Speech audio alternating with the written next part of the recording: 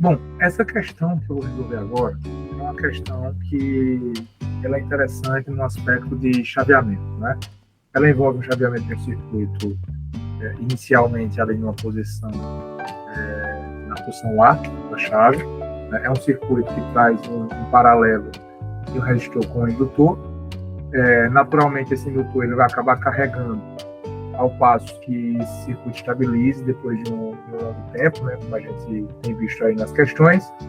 E, posteriormente, a chave passa da posição A para B com esse indutor carregado. Então, nesse momento, ele deixa a topologia antiga dessa parte do circuito à esquerda e passa a ter uma outra topologia ficando em série com a fonte de 24 volts e um resistor de 2 ohms.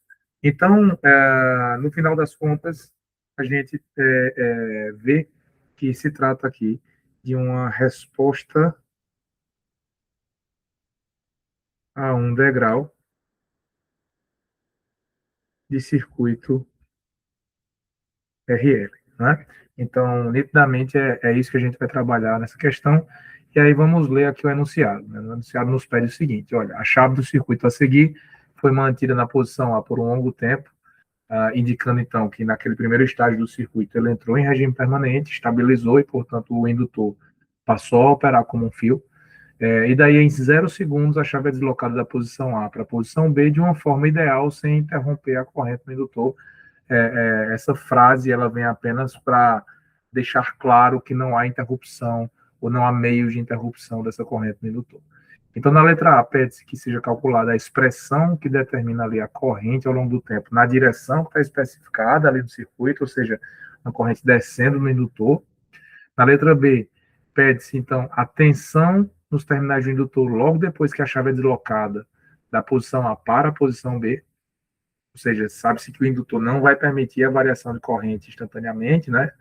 Então, aquela corrente que ele tiver carregado, ele vai segurar. Então, quando a chave virar, apesar dele sair de um estado de curto-circuito, quando a chave virar, a tensão pode variar instantaneamente no indutor.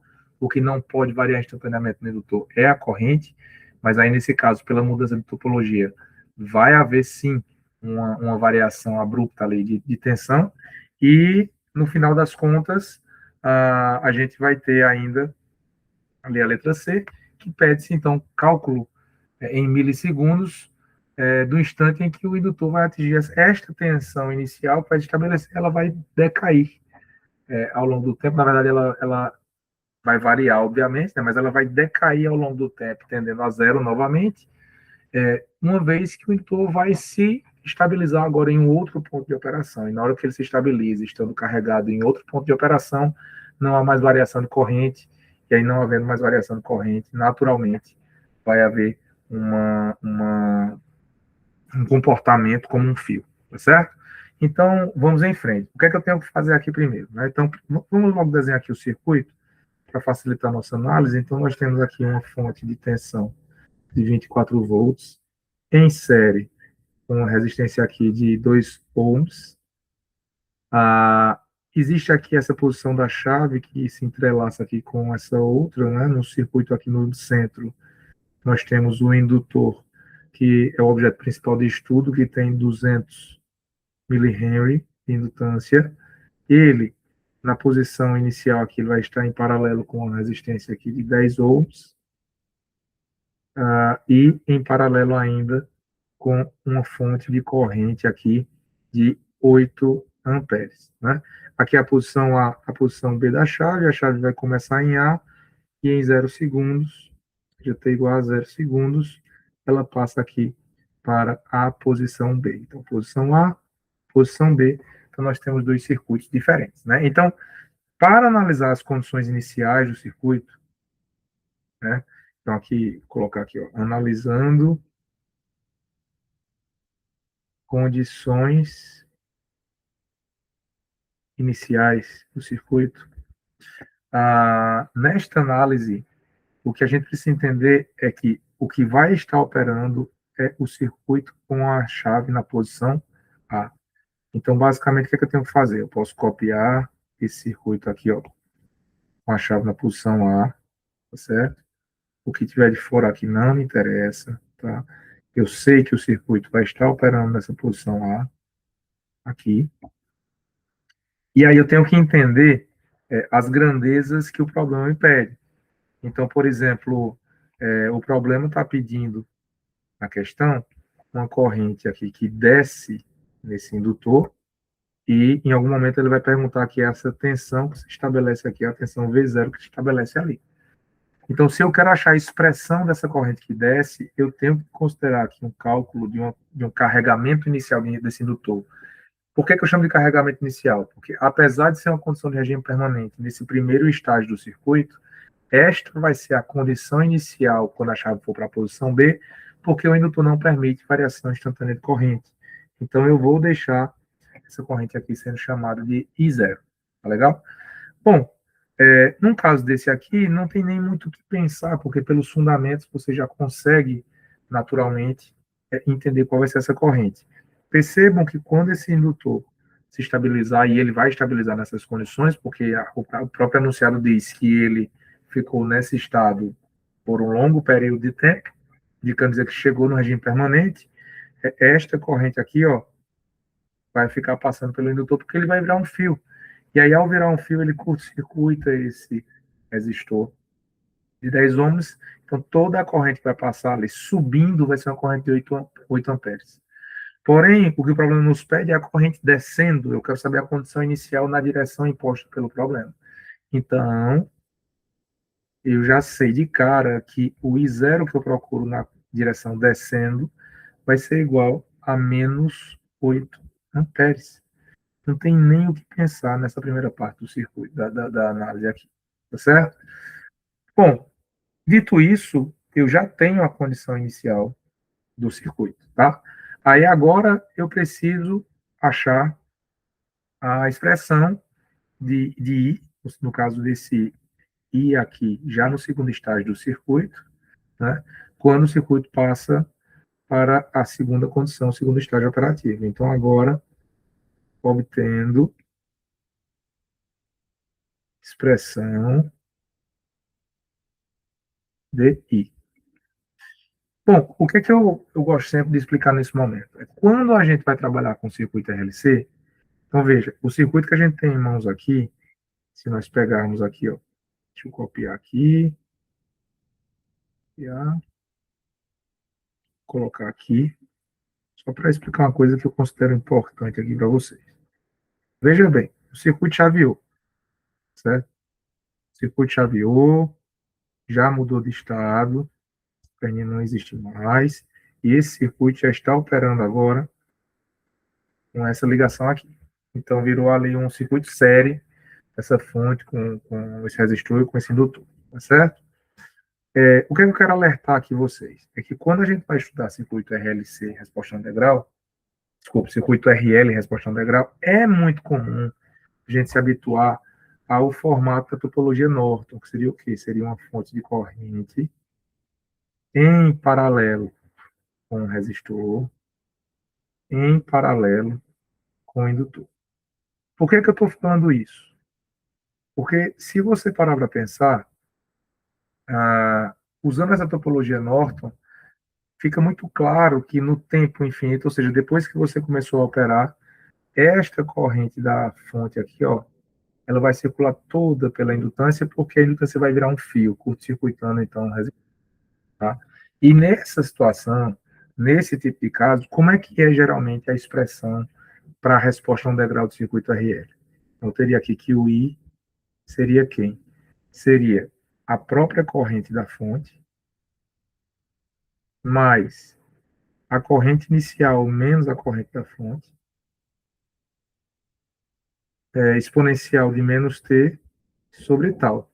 E aí lembremos, né, que nesse tipo de circuito, este tal aqui, ele é dado por L sobre R. Isso aí tem que ser sabido quando você for resolver esse tipo de problema, tá certo? Qual a diferença? A diferença é que eu não tenho um circuito na topologia Norton. Eu tenho um circuito aqui que tem uma topologia TV, tá certo?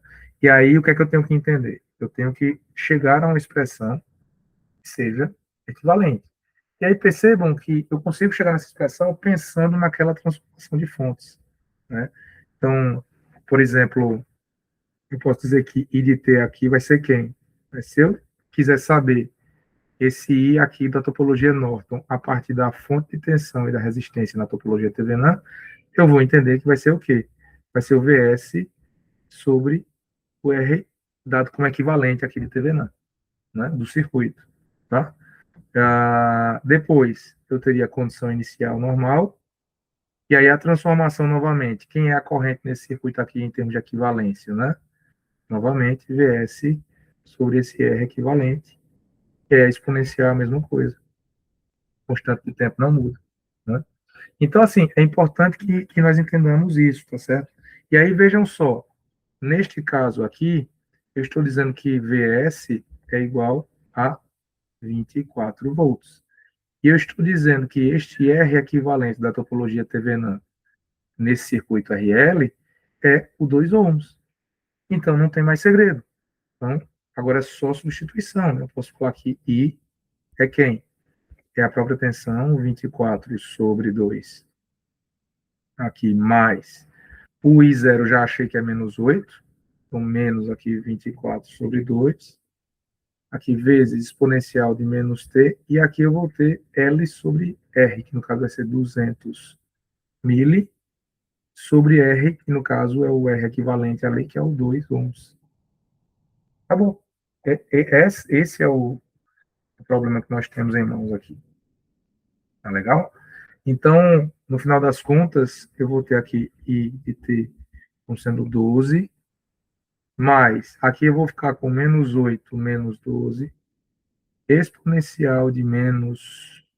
Aí, aqui eu vou ter menos T sobre 100 mil, e 100 mil é 1000, desculpe, 100 sobre 1000, né? 100 sobre 1000. Esse 1000 depois eu posso passar aqui multiplicando lá em cima. Então, eu vou ficar aqui com I de T igual a 12 menos 20 exponencial de menos 1000 T sobre 100. Corto zero com zero. Chegamos, então, na expressão desejada para a corrente. Caso menos 10 T, isso dado em amperes, para T maior que 0 segundos. Legal? Se você observar o gabarito, bateu certinho, né?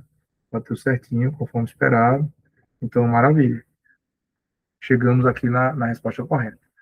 Aí, isso aqui, gente, isso aqui basicamente foi o item A, tá certo? A gente vai, então, para o item B.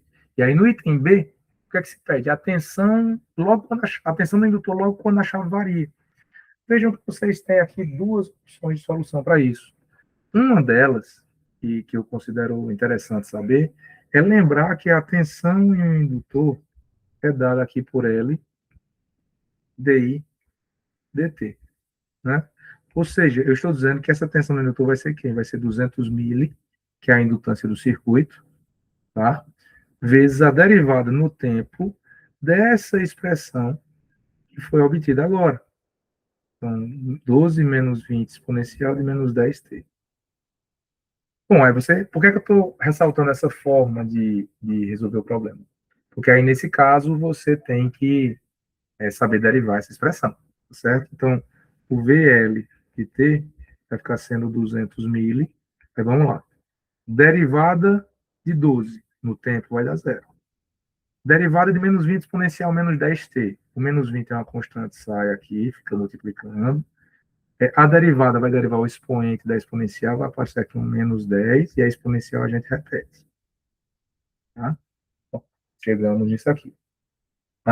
E daí você vai ter agora 200 mil vezes, você vai ter ali mais 200, né, vezes a exponencial. Se você fizer essa continha aqui, você vai chegar numa resposta que essa tensão vai ser de 40 exponencial de menos 10t, isso dado em volts, para tempo maior ou igual a 0 segundos. E aí percebam que agora ficou fácil, porque para saber quem é o VL em zero, basta substituir ali o zero no t. Então fica 40 exponencial de menos 10 vezes zero, A gente sabe que exponencial elevado a zero, isso aqui dá 1, ou seja, VL de zero é igual a 40 volts. Então, respondemos o item B. Você poderia perguntar, professor, teria alguma forma alternativa de sair? A resposta é sim. Então, vou até colocar aqui, ó, forma alternativa, que talvez seja mais fácil para alguns de vocês, mais intuitivo, talvez. Né? Por exemplo, vamos pensar aqui comigo. Tá certo? Vou copiar aqui esse circuito. E aí pensem comigo aí.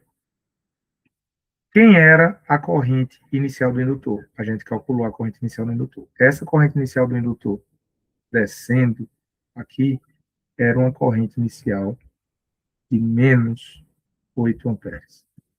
E aí você pensa, poxa, mas essa corrente de menos 8 amperes, ela vai alterar rapidamente no indutor? Não vai.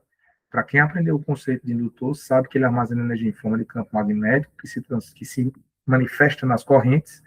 E uma vez que se manifesta nas correntes, a corrente tem uma inércia de variação, digamos assim. Essa energia ela não pode ser despejada na corrente, via corrente instantaneamente. Então, tem um tempo de despejo dessa energia. Então, a corrente não varia instantaneamente. Então, se você pensar nisso, em T igual a zero mais a corrente I em zero aqui, ó, ela ainda é menos 8 amperes. E quem é que vai definir a tensão V0 no indutor?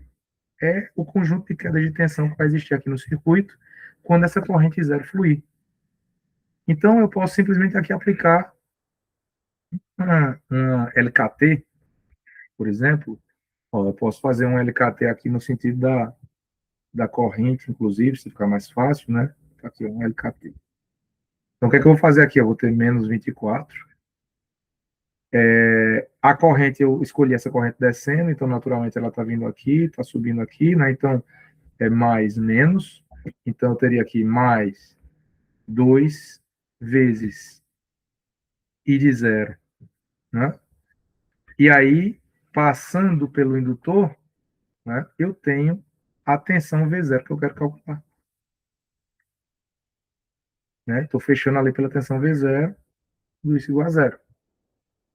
Bom, feito isso, acabou. O V0 que eu procuro é quem? É 24 menos 2 vezes I em zero. Só que eu já sei que I0 é igual a menos 8. Então, eu vou ficar com V0 igual a 24 menos 2 vezes menos 8. Ou seja, vai ficar 24 menos, com menos vai dar mais 16, ou seja, V0 igual a 40 volts, que é igual ao resultado que a gente tinha obtido anteriormente. Então, veja que tem diferentes formas de você enxergar para o circuito, mas precisa entender realmente os conceitos por trás do circuito. Por isso que eu fico sempre falando, tem que entender o fundamento, não tem como fugir disso, tá? Pois bem, resolvido o item B. E agora a gente vai para qual? Vamos para o item C.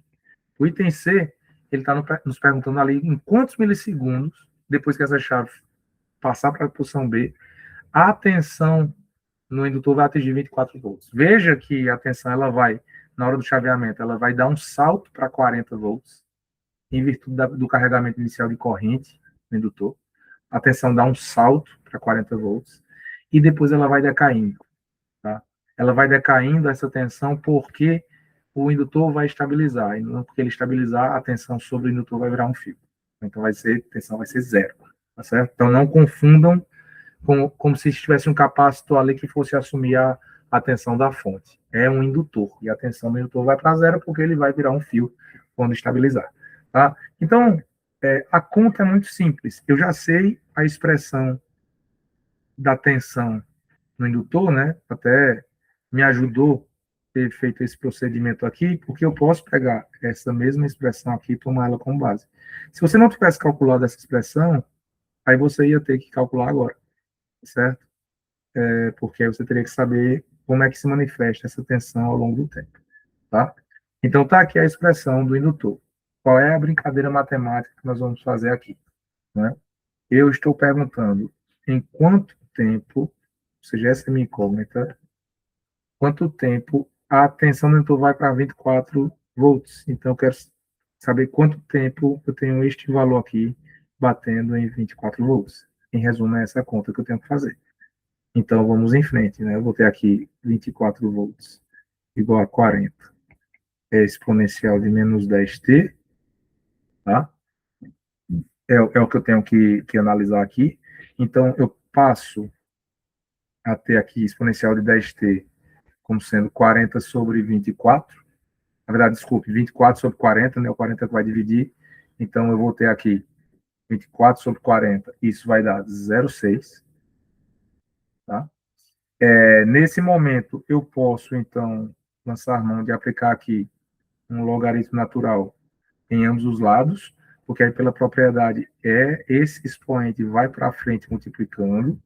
Então, tem que lembrar dessas propriedades também que vocês já aprenderam no passado, né? Então, eu vou ficar aqui com 10t, logaritmo natural aqui do exponencial, igual a logaritmo natural de 0,6.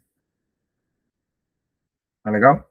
Isso aqui, esse logaritmo aqui, ele é 1, né? Falando aqui desse logaritmo natural. Então, eu vou ter aqui menos 10t igual a ln 0,6. Aqui muita gente já se perde se não lembrar da propriedade do logaritmo, né? Porque o logaritmo ali desse valor abaixo de 1 vai dar negativo. E você vê o negativo e acha que a solução está errada, mas não está. Tá certo? Então segue ela. T vai ser logaritmo natural 0,6 sobre menos 10. E aí, naturalmente, aqui, se você fizer essa conta na sua calculadora, você vai chegar em um valor de 51,08 milissegundos aproximadamente. Tá certo? Então, você consegue calcular aqui o tempo de descarregamento. Na verdade, não é descarregamento, porque é uma resposta a um degrau, né? Só que na resposta a um degrau, o indutor, ao estabilizar no tempo infinito, ele vai tender a perder tensão, porque ele vai se transformando em um fio, né? E se fosse uma resposta natural, a corrente cessaria. E a corrente cessando, naturalmente, você teria um outro comportamento. Não é esse que a gente tem aqui. Então, para chegar nos 24 volts, que é exatamente o momento em que a tensão ficaria igual ali à tensão na fonte, teria que, após o chaveamento, esperar ainda 51,08 milissegundos. Nesse momento, a gente teria essa condição sendo satisfeita da tensão sobre o indutor estar em 24. Depois disso, ela continuaria caindo, e volto a dizer, até o indutor virar um fio. Quando virasse um fio, pela estabilização da corrente no circuito, naturalmente, a tensão do indutor seria zero, com uma corrente passante de 24 sobre 2, 12 amperes, conforme a gente pode prever até aqui nessa expressão. Porque se você observar, para o tempo infinito esse termo vai embora, e aí vai sobrar só os 12 amperes que eu falei.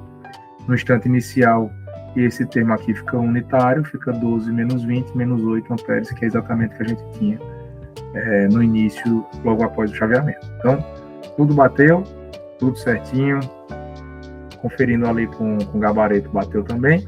Então é isso. Bons estudos para vocês e aproveitem aí a questão para praticar, tá bom? Um abraço, até a próxima.